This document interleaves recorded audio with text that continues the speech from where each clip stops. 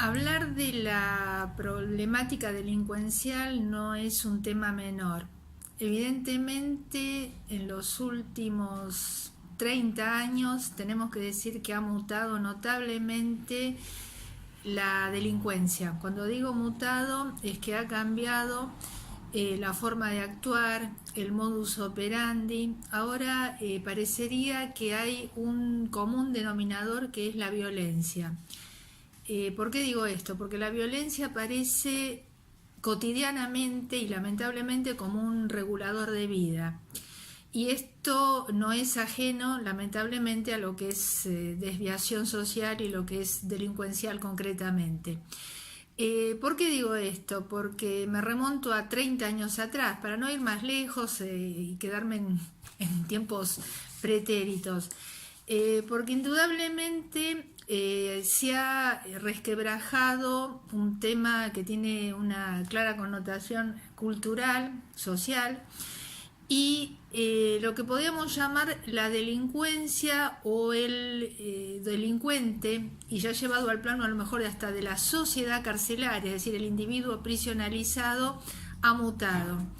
Es decir, el delincuente de años atrás tenía, si se puede hablar de algo en particular, tenía códigos, ¿no es cierto? Manejaba elementos tales como la solidaridad. Había una suerte de cuestión de ser un líder dentro del grupo, ¿no es cierto?, dentro de la ranchada, un líder positivo que podía transformarse en un interlocutor válido para con sus pares y para con el personal penitenciario. Y eso a lo largo de estos años ha cambiado, lamentablemente, y para mal. Ahora aquel que se erige en líder dentro de lo que es el ámbito carcelario se erige en líder en función de tener en su haber una muerte, y si es una muerte o más, obviamente, ¿no? Y si es de alguien uniformado, alguien que detenta el poder en cuanto a formar parte de policía, de ejército, servicio penitenciario, es decir, alguien que está asociado en la jerga carcelaria con la figura del cobani, ¿no es cierto?, de lo que sería el lunfardo carcelario.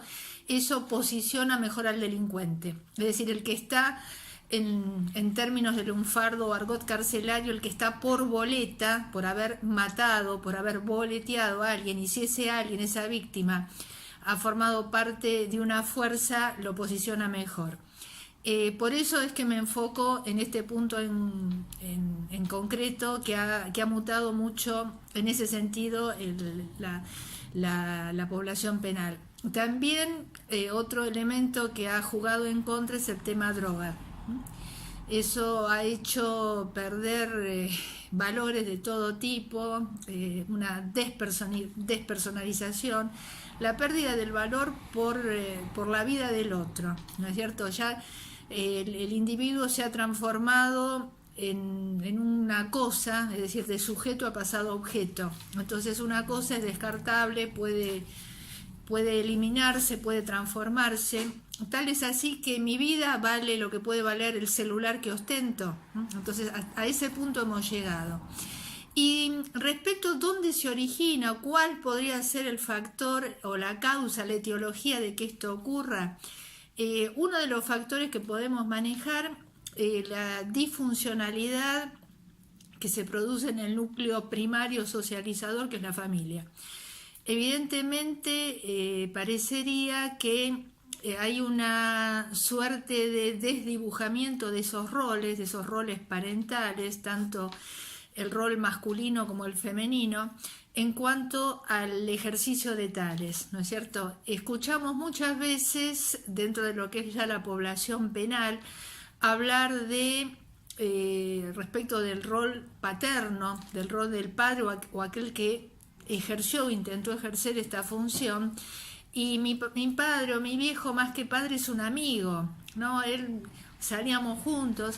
Entonces ya ahí nos está dando una pauta muy sencilla de que ese padre o quien intentó ejercer, en el mejor de los casos que estuvo, ¿no? Estuvo, pero fue ineficaz su intervención es es un par, ¿no es cierto? Entonces, evidentemente, ese límite no fue puesto y no fue tampoco introyectado porque no fue puesto, ¿no es cierto?